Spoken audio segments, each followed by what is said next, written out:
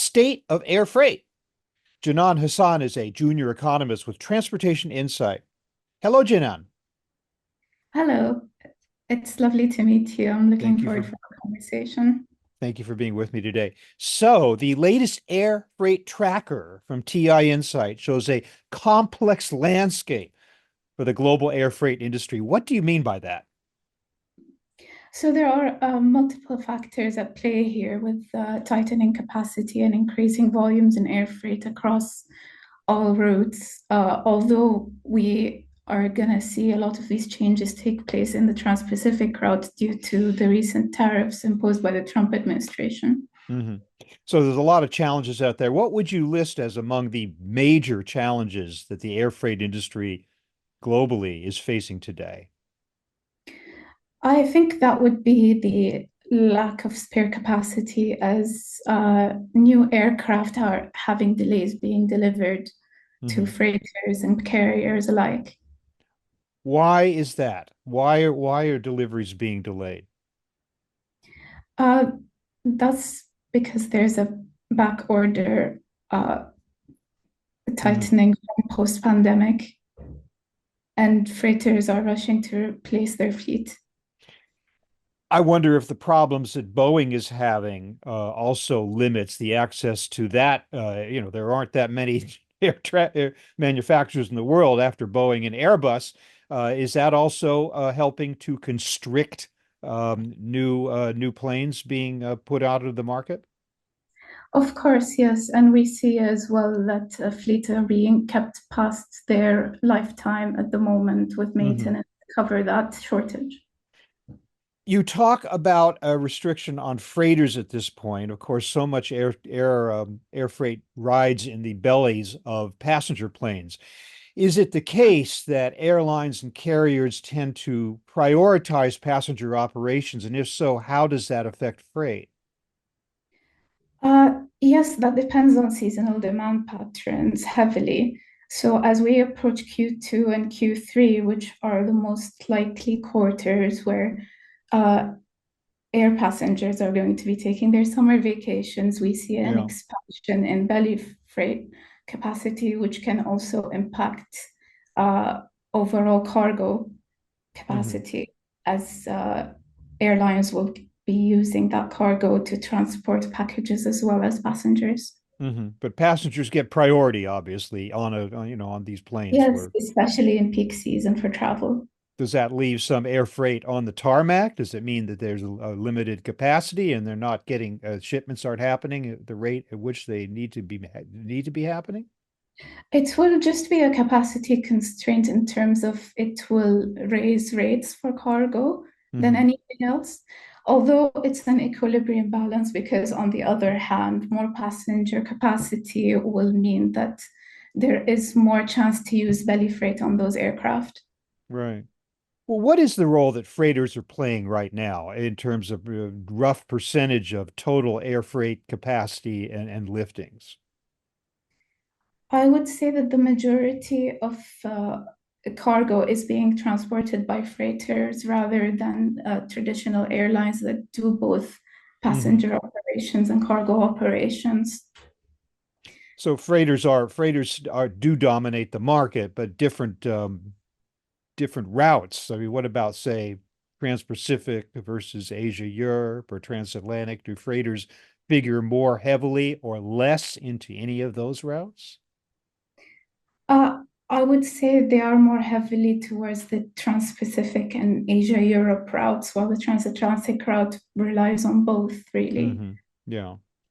One of the big issues these days is the Trump administration, and for that matter, U.S. Congress move to perhaps reduce or eliminate the so-called de minimis allowance for imported packages into the U.S. with a value of less than $800. If that were to happen, how would that affect air freight volumes and profitability? That's a great question. So far, we've seen a rush of front loading as importers are trying to get their shipments pre-tariff implementation, and that has created a short-term air freight rate spike. Mm. Um, Capacity reallocation to Asia Pacific tightens space, and that would push rates up on other routes as well. So supply chains that utilize de minimis exemption are shorter, and increases in charges and fees by the government will definitely be felt more directly by businesses who depend on express air freight. Hmm. And higher value shipments with longer supply chains can spread the cost evenly across the chain. So if a US company was using a third-party logistics provider in China, but new tariffs made imports expensive, they might move their 3PL to Vietnam, for example, where tariffs are lower, and this will help them keep costs down.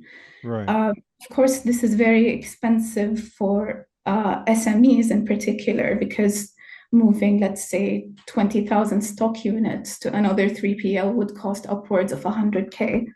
So it's likely that uh, the demand side of this industry will shift to US-centric operations.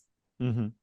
Well, obviously, we're seeing to some extent a shift by manufacturers out of China into other parts of the world. You mentioned Vietnam, other parts of Asia, as well as the Western Hemisphere, Mexico, Latin America, and even in some cases, the United States. This Yes. so-called nearshoring and reshoring, how does it promise to affect the air freight market going forward? So uh, the de minimis will affect e-commerce, low-cost e-commerce shipments, right? So Hmm. shipping them quickly becomes more difficult, especially for B2C. We're going to see a modal shift from air to ocean freight for bulk shipments to offset these higher costs. And we've seen these modal shifts reflected when we look at the year-on-year volumes being transported in ports. So in ocean port volumes, that number has increased significantly. And for airport volumes, that has decreased significantly on the transatlantic route. Hmm. So it makes sense in that regard to increase nearshoring. Here across the pond, for example, we observed that some of the best-selling items from Shein are being shipped in bulk to local warehouses in the UK to expedite last-mile delivery. Hmm. And it's likely Temu as well started directing US users to goods shipped from American warehouses rather than from China, especially for high-ticket items like furniture, which Right. are less affected by de minimis actually, but the Hmm. items fast fashion and tech, so being sold by Shein, are more dependent on this model, and therefore ending de minimis could hurt it greatly. Yeah. Does the UK and Europe, other countries have de minimis allowances as well? Do they not? Yes, yes, they do. I believe that the value of these packages, although is much lower than $800. Hmm. As they used to be here, were they like originally like $200, right? And then it was Yes, increased. it's Yeah. interesting because the de minimis allowance was originally made for US tourists to ship their shopping from abroad without Right. duty Right. taxes. So And it's interesting to see that this trade loophole has been used to create a multi-billion-dollar industry. yeah, and moving stuff into the United States under the pretense that it's going directly to a customer, but maybe not. In some cases, going to, as you said, Yeah, going to warehouses. So yeah, the an attempt to numbers are get get the around it. numbers are surprising. Yeah. So more than 90% of packages that enter the US enter via de minimis, and Wow. 60% of those are coming from China, led Hmm. by Temu and Shein. Temu and Shein alone actually are accounting for 30% of these parcels of de minimis imports. Just the two by Just the themselves. two clients, yes. Interesting. You mentioned a possible shift of volumes from air to ocean. Is there in fact a certain amount of freight out there that could make that move? I mean, obviously ocean is so much slower than air. But are there in fact the things that couldn't go back and forth depending on rates and capacity at any given time? Yes, and we've seen this model shift over the years as well. Hmm. Uh, Companies are nearshoring to Mexico prior to this tariff implementation. And we've seen that goods in high demand are coming in bulk via ocean to be stored nearer to the consumers, and that cut costs on the long run. I And also, see. it's more adaptable and flexible to demand as Hmm. opposed to shipping them on demand from China via air, which can prove Hmm. costly in some cases. So as far as a consumer as far as consumer considers it, they're getting it just as fast as they would before, but they're getting it from a warehouse here that where it was already positioned prior to their ordering it, right? as opposed to Yes, direct orders from a that, Chinese factory.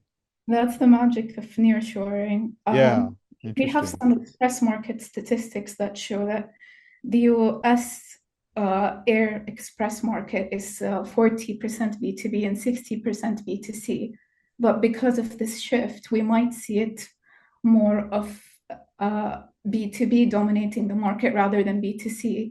Hmm. And businesses will be importing this stuff prior to the consumers even ordering it. Interesting.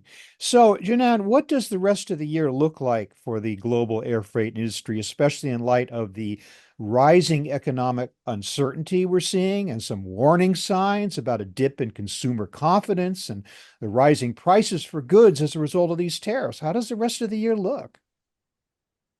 So the market did remain stable in Q1 without unexpected volatility, and that's thanks to post-peak season. It's very predictable, and economic conditions have remained relatively stable compared to the black swan effects we've seen last year.